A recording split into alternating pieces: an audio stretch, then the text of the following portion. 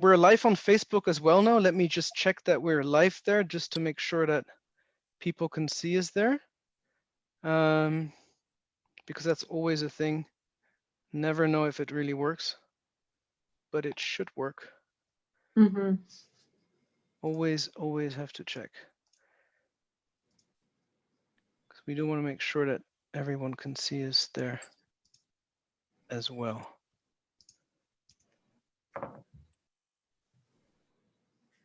Not sure.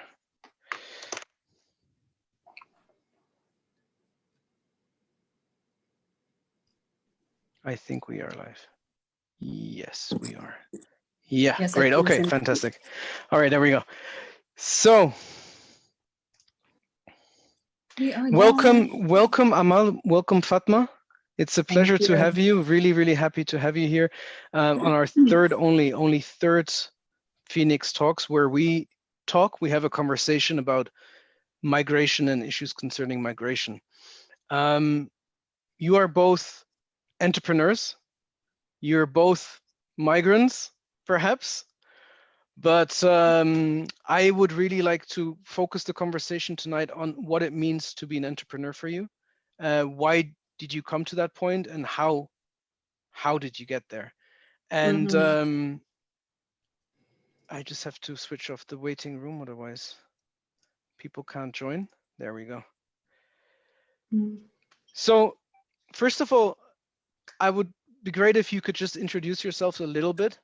And because I don't like to introduce people, because when I read people's biographies or look them up or talk to them, I have a certain impression of them, and I don't want to have other people have that impression. I want you to introduce yourselves, because you can do that so much better. And I know that you both have a really interesting bio. So who wants to go first? Amal, go first. Okay, so my name is Amal Jibril. I'm originally from Somalia. I call myself a retired dentist. I'm a UNHCR full-timer, and I am the founder of Migration 𝗔𝗹, basically. So interesting, yeah. And we'll talk about Migration 𝗔𝗹 a little bit more, of course, in a minute, because that's you know, that's what we want to talk about, especially. Fatma. So my name is Fatma. I am from Yemen, and I've been living in London for the past 5 years. I'd like to call myself a part-time entrepreneur, because I don't do my business full-time. I'm the founder of 𝗵𝗵cie 𝗶𝗍, which is basically a brunch club that happens in London once every couple of months. I am a full-time civil servant, so that's taking a big chunk of my time. And I work in Great. So that is what I find so interesting. You know, when we say entrepreneurs, what does that mean? You know, for us, in fact, at Project Phoenix, we take the name, the word entrepreneur as something very broad, especially in a society where, you know, you have to be so proactive and you have to do so many things to even get a job that fits your talent and your skills and fits what you want to do. It's not just applying for a job and getting it. You really need to have an entrepreneurial mind. You have to be able to be creative and make it happen. So, and that's especially true, I think, for migrants who come to a new country and don't have the network or the experience that, you know, that locals have. And so we call everyone an entrepreneur in that sense. But I want to start with Amal, because obviously, you know, being a dentist, that sounds like a pretty good, you know, gig. It sounds like a pretty good job. And why did you decide to leave dentistry? True. I left dentistry, I think, for around 6 years now. I am dental free, and I decided to leave it because from a very young age, I knew that I wanted to be of service. I wanted to be a humanitarian worker. I wanted to contribute and give back. But then the older I get, of course, we get programmed that, you know, you should go into this path where it's a bit more you know, sustainable, especially financially. But I decided to leave it because I realized that I'm not enjoying being a dentist. I'm not enjoying going to the clinic. I'm not enjoying, you know, being there. So I decided to quit and just go follow what I like to do, which is basically help people. And I used to enjoy, when we were in college, we used to go to these remote places in Cairo to extract teeth on top of a rock. And that used to like fill me with so much energy. And I used to love it so much. So, and mainly because, you know, I'm basically giving treatment to people who cannot afford treatment. So I just followed that. And I used to be a bit creative when it comes to, you know, the equipment and, you know, I would have all of these ideas. So I was like, okay, I'm creative. I love helping people. This thing is not for me. So this is why I decided to quit and just go. Sorry, I just had a call. No problem. Well, Fatma, actually, that's an interesting point, because you were just mentioning yourself that, you know, you're a part-time entrepreneur, fair enough, and you do something which is called Brunch in the City. I mean, this is something very different than what you do from your, let's say, daily job. How did that happen? Why did you decide to go into this brunch? What is it about? What did you make you? Well, basically, just being from Yemen and a person in London, I just thought that there was very little representation of Yemeni food. No one knows about it. No one knows about the Yemeni culture. No one knows about anything when it comes to Yemen. And those people who are educated and, you know, well-read would only know the fact that, you know, it's somebody that's been going through a war for a couple of years. And I would always get these stares like, oh, you know, we're really sorry about what's happening. I'm like, yeah, you know, what can we do? So I decided to do brunch because, one, I'm obsessed with food, and there's this urge for me to introduce people a little bit at least to Yemeni food. Although I'm not a huge fan of cooking myself, but I just thought, right. Yeah, I know. I'm going to do this on my own for a while until I figure something out. But I just felt like there was this need to tell people stories of Yemen and the positive sides of it. Say, you know, we have a beautiful culture. We've got some delicious food. You really need to know about it. So I designed these pop-up brunches, you know, specifically to not only tell people about the food, but to tell people, you know, how I grew up eating those things, how I would use my hands, how our culture is all about sharing food together. So it was a bit absurd in the beginning for people to just like share a curry together, you know, and it's like, oh no, can we have some? So it was like, no, that's not the way you eat it.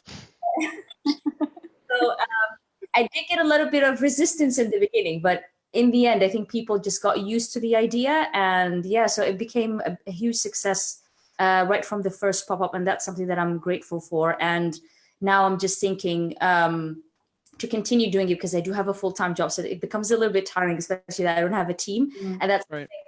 To learn from entrepreneurship is, you know, when can you delegate, when can you depend on people, while at the same time trying to keep your costs low. So at the moment, I'm thinking of doing it more sustainably, but not smaller scale. So. But you have a very interesting job as well, for that matter. I mean, I find it, I mean, obviously, like I said, this is a conversation. We could talk about just anything here, but I mean, we are having conversation about migration, and I just want to highlight this point, because you work in local government, which is something I find fantastic, because we're always thinking that people who are coming to our countries, you know, they can never participate in the fabric of society, not in making change and doing something good. But you're actually working in a very crucial part of society, which doesn't necessarily focus only on migrants and migration communities, but focuses on the very important part. Can you explain a little bit about that, maybe? I'll be very honest. I wanted to be a civil servant because I felt like I actually needed to give back to the society. My first role was more upfront, and you know, I would be speaking to people or the members of the public. But then my second role, which is in policy, and that's the role that I'm holding at the moment, is really in the offices in a place called Whitehall in London. But I just felt like, you know, being a civil servant, but coming from a different background from the majority of my colleagues, it felt like I was maybe trying to prove a point, in a sense where I was like, you know what, I'm a migrant, but at the same time, I'm part of government, and I am contributing to this society that I'm now a part of. And I civil service is one of the best places to work in, because everyone is very welcoming and they respect your your background and your contribution to, you know, what has to happen. And now I've just recently joined the COVID-19 workforce within government. Is even more rewarding. I've only moved to this country 5 years ago, but I feel like I'm part of it, and I feel that there's a duty to give back to the community. Amazing. I mean, that's a little bit, Amal, I think, yeah, rings very close to your plan also with Migration Jam, I think, right? I mean, this is why I invited the both of you, because even though it seems like you're doing very different things, in fact, so Amal is the founder of Migration Jam, and she'll talk about that in a second. But your brunch idea and business is something that Amal wants to do with Migration Jam, but in a very different way. And I think that is so nice to see that together. And just to go back to your civil service job, I think this is something that is a great example, not just for migrants, because it's actually a great example for sort of our society, to local communities, to see that, you know, how much it is that you can actually contribute to politics and to society, to civil society. And that is something we hope to emphasize more, you know. And well, tell us a little bit about Migration Jam, because you've been aching to. Actually, when you were talking, I was like, yes, you're ringing so many bells, because I've been working with the refugees for the past 5 years, and so much of the story, it's not really covered. A lot of the stories are actually negative. They're very xenophobic, and they're not promoting local integration, which is why I came up with the idea to actually highlight all the good stories, all the positivities, because there are so many stories that I see on my day-to-day work, which are not highlighted, which is why I decided to throw an event and bring all the some of the successful refugees, like a social media influencer. He has like 2.3 million followers on social media, like a refugee who became a politician like a year or 2 years ago. Like a lot of beautiful stories that are not really highlighted. And you know, all of these stories are actually contributing to the local integration of these people. So I love what you're doing, and you're doing it through food, something that we all have in common. We all love food, right? So this is really a beautiful way. The way that I'm trying to change the story and change the narrative is through, you know, bringing people on board and be like, hey, these are the stories. These are, you know, some of the stories that you don't get to hear. And most of the stories, like for instance, now we're planning for an event in June, and the story, the event we're planning is a virtual event, and it's migration and COVID-19, right? A lot of when I was doing my research online, it's a lot of the refugee and migrant stories are not really mentioned. And if they're mentioned in a very low light. It's not in a highlight. But the more I dig in, the more I find amazing startups, amazing stories that are worth featuring, that are not being featured. So I'm very excited to actually take this further. Amazing. Yeah, and Amal, of course, we talked about it so many times. Rishab, my colleague in Cyprus, and myself, we went to Istanbul last year to visit, to participate in Migration Jam in Istanbul. And I said it at the time as well, it was one of the best conferences I've ever been. I've been to many conferences, not just about migration or refugees, but about many conferences. And it was always experts talking, or people talking, you know, who have not lived and who have not experienced what they're talking about. They might have a lot of knowledge and they might have done great work, but it's always from a third person perspective. And at Amal's event, because that's what it is, it was completely Amal's event. All the people in the room were, or most of the people were a refugee or had a refugee background. And the speakers were refugees. The participants were, and the food was made by refugees. So it was the first time that I was the only, you know, non-refugee white guy in the room, and it was great. I didn't have to talk. I didn't have to pretend that I knew anything. I could just listen. Exactly. And that is a problem that actually is in the field where so many people are speaking for the refugees when they can actually speak for themselves. They're talented, they're skilled, and of course, you know that, and we all know that, but it's just that you know, mentality that we have to speak for them, and you know, we have to save them. But the reality of the situation is, you know, they're more than capable of doing a lot. Now I have a perhaps a more challenging question, because that is something that of course interests us a lot as Project Phoenix is, you know, and I'm going a little bit into putting you a little bit into boxes here, and I do apologize for that perhaps, but you know, as a female entrepreneur, and especially as a female migrant entrepreneur, you know, I'm sure that you have faced, and not just entrepreneur, just not even entrepreneur, but just for who you are, let's put it this way, you must have faced many obstacles. And especially when it comes to entrepreneurship, we've seen so many times that women face additional obstacles and additional challenges when it comes to becoming entrepreneurs. But I don't want to get into the trouble. I actually want the problems. I actually want to talk about the solutions. So what would you say are ways that women migrant entrepreneurs particularly can participate more, or can be encouraged more, or can be supported more in becoming entrepreneurs?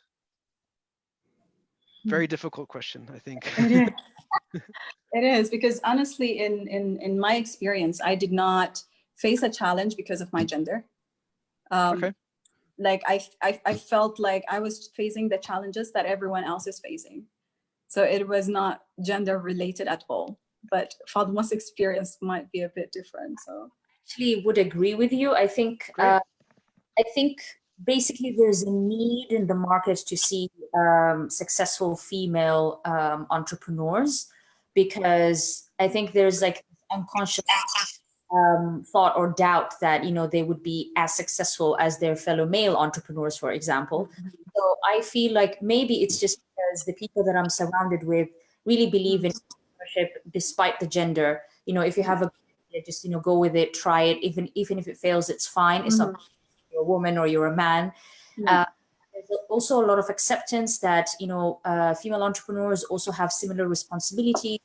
Entrepreneurs, families to support financially. They could, you know, have all these other things that any other entrepreneur would face, like time, obligations, you know, security, all of that stuff, and just trying to, you know, blend in or integrate with the community at the same time. So, yeah, the same thing. Like I didn't really face any particular challenges as an entrepreneur in general.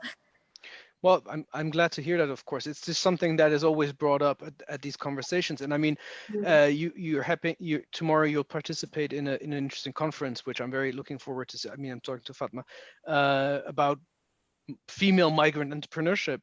So I'm very interested in listening to that, because there's an entire conference based on that, and so I do think that people perceive it as an additional barrier, or an obstacle perhaps, or a difficulty.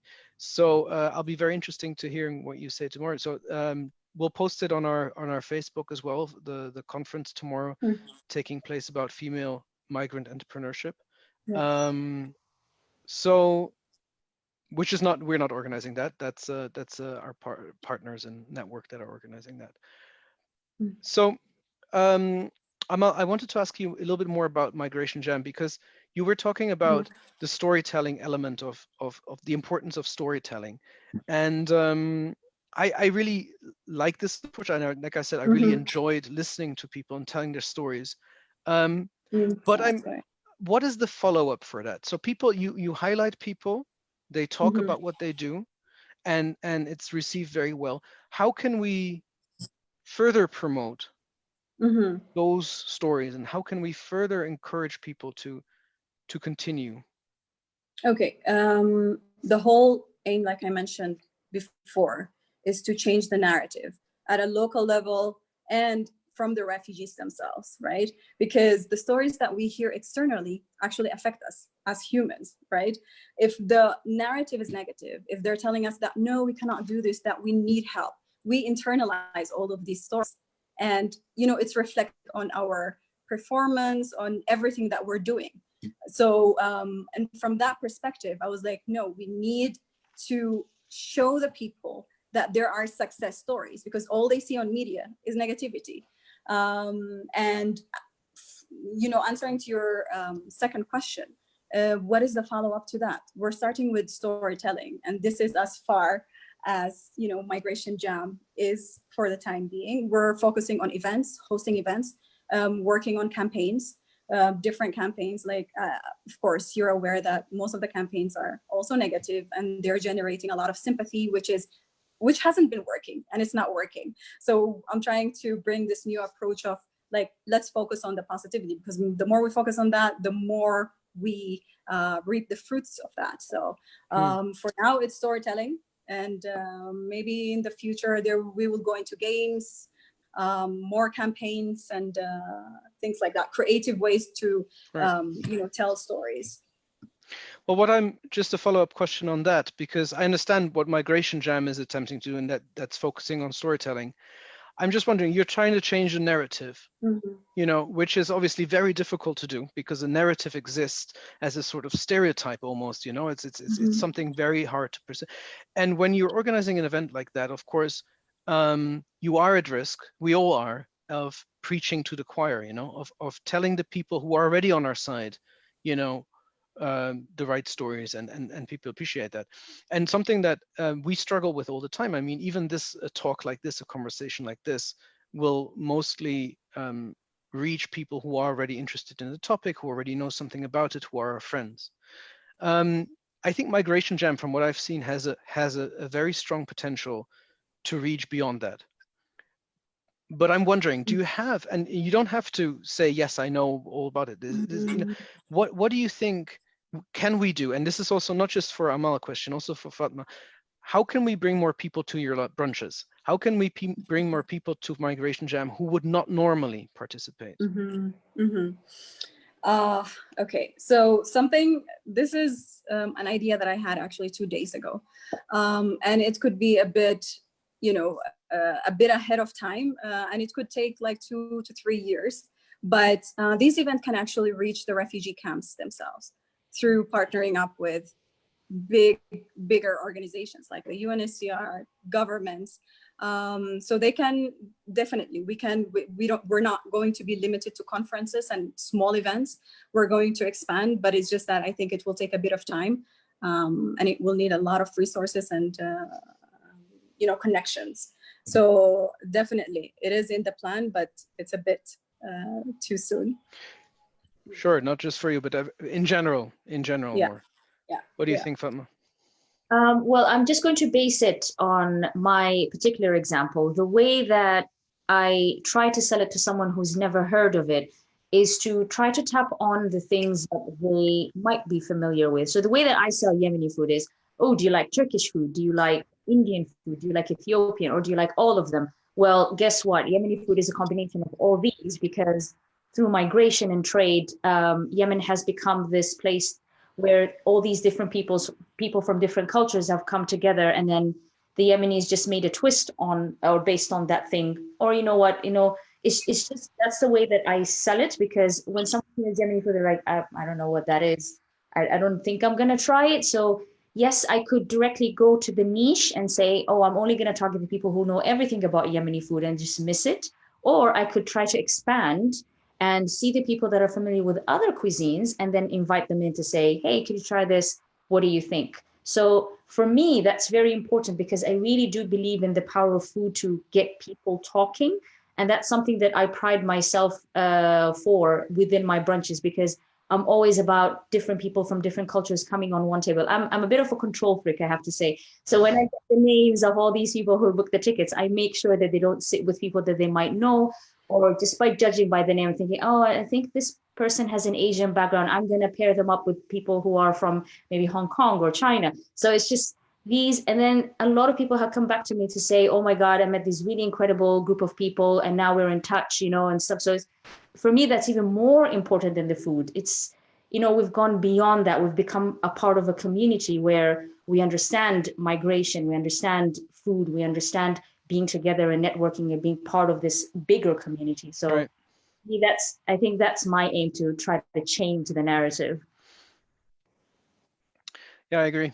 I think actually, you know, even though this is, again, we're talking about migration, the idea for us, the plan for us is to try to make that sort of those boundaries disappear, not between cultures and different backgrounds, but to not make it about the migrant community or the local community, but to make people understand that, in fact, you know, there are a lot of not about similarities of differences, but ways that it actually works together, and we don't have to separate them as sort of concepts. But of course, we are facing certain issues when it comes to implementing that, and that, I think, Amal, really is, you know, the idea of storytelling goes really well. We have a question in the chat, but I think we sort of answered it. How do we want to reach a larger audience with our stories? I think we sort of covered a little bit with what you just said, but I think that is the question that we all have. You know, how can we have success stories, and how can we give these examples of collaboration and working together, and let other people see that and taste that, in quite literally. I also wanted to ask a little bit, and this is, I know we Fatma and I are in a course together that you know, our guests have been from that as well in the last few weeks. But I think the reason why I'm asking these questions is because that's what we're talking about. We're talking a lot about migrant entrepreneurship support, you know, and although that sounds a little bit even pretentious in a way, because who are we to support migrant entrepreneurs? I mean, why is that? And we don't like the name, but at the same time, we do know that people who are new to a place, and that's why we, you know, maybe call them newcomers instead of migrants, because migrant always has this sort of negative association to it. But when it comes to starting businesses, or when it comes to becoming an entrepreneur, I think this is maybe more a question for Fatma at this very moment.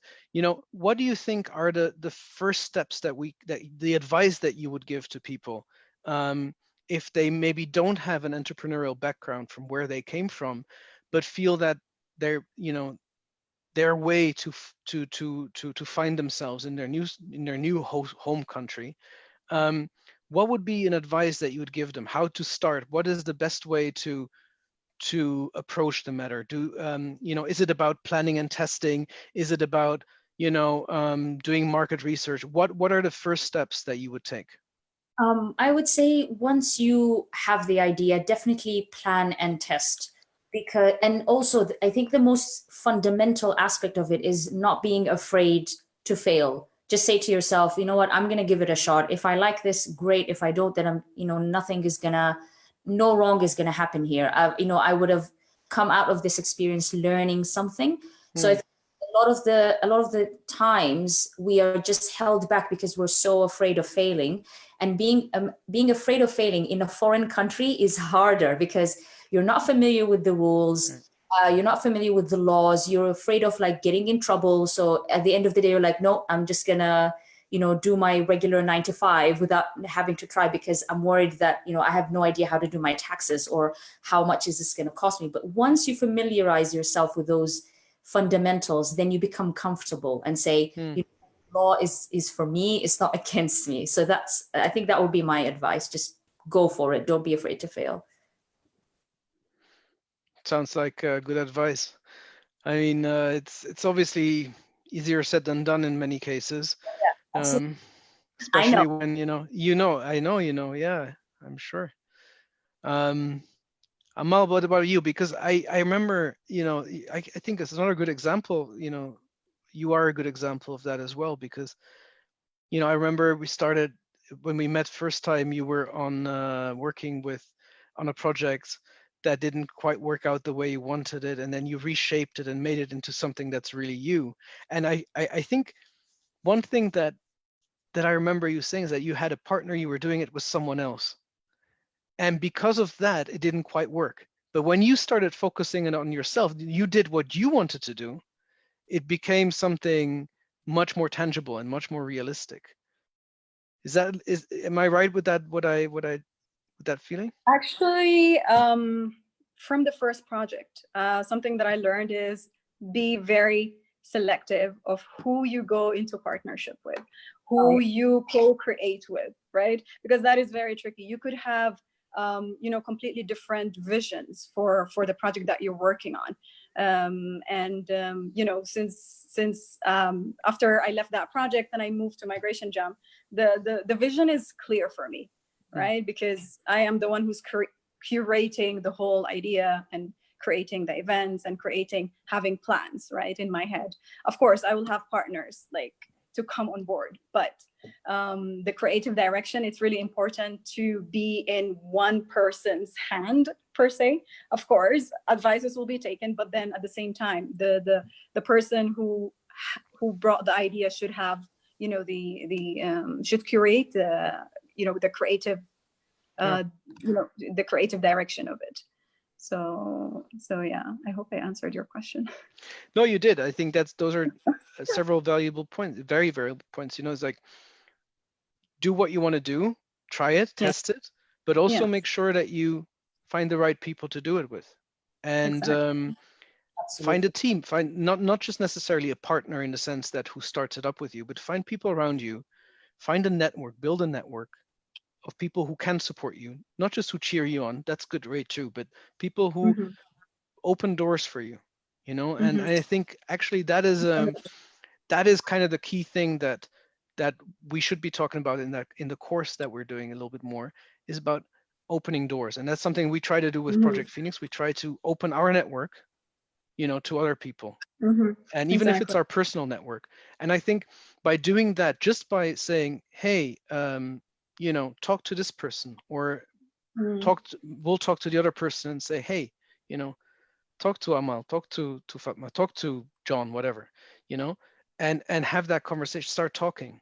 That is really the most useful thing you can often do, not just for migrant entrepreneurs, but specifically for people who are new to a country or to a society, to a community. Right. I think we've reached sort of the end of our half hour, but I would like to give you the opportunity to sort of have some closing remarks, or something that you want to maybe pitch your brunch a bit more, pitch Migration Jam a bit more. We will, of course, work very closely with Migration Jam. It's been we had big plans. We had big plans. But COVID, you know, is done. But you know, it also again opens up new opportunities. Exactly, and actually, the idea to, you know, the plan is to have was to have 4 to 5 or 6 events this year, but because of COVID-19, this is not going to happen. But we're going to, thanks to Michael, he's the one who suggested to actually shift gears and go and do it virtually, because the whole aims to get the word out there, and we can do it. We're working on it. So thank you so much for all your ideas. Thank you. I think it's exactly what we need to do, is partner on these kind of things, and just make sure that we continue and don't stop because of something like this. Exactly. And I think that's a bit harder for Fatma maybe to do with the brunches, but you could start posting videos of your, you know, of your yummy Yemeni food. True. I am. It's actually come at a very interesting time as well, because I've always thought about Meet Me at Fatma's revolving into something that's more culture and experience based. I mean, it has a lot of experience, but still a lot of people mainly come to food. So I wanted to shift that a little bit to say, no, I want you to come because you want to experience the culture more than just focus solely on the food. So any ideas are welcome. The one I had were, obviously it needs people to like see each other and talk to each other in real life. But I'm always open for suggestions. So I'm just gonna leave it out there, open for everyone and anyone. You can do it actually through Zoom as well. Yes, exactly. That's an idea. Deliver the food and then have the whole experience over Zoom. Yes, absolutely. That sounds really good. I'll do that. But that's you know, what you just said is also, again, you know, that's really exactly what we want to do with these talks, these Phoenix talks, is that, you know, it's only half an hour, but we see it as a starting point. The people we invite for these talks, we see potential to be part of our network, and you know, us being part of their network, because that's how we can open up new doors again. So, you know, when we're talking about food entrepreneurs, when we're talking about storytelling, this is what we need. So we have, in Cyprus, we have people wanting to work with zero food waste projects. We have people in Cyprus who are really interested in storytelling, who are motivational speakers, who want to share their stories. So, you know, with your help and with your support and with building up this network, that is exactly what we want to achieve. So on that note, I'd really like to thank you for joining us for this conversation. Yes. The information for Amal and Fatma is in the event. So any links but if you have any questions, if you want to get in touch with them, let us know, and make sure to join Migration Jam. And if you're in London after this whole COVID thing ends, make sure to check out Fatma's brunches. Right. Thanks very much. Thanks everyone for joining, Thank you and so see much for you having next us. week. Thank you. Thank you. Thank you. Thank you.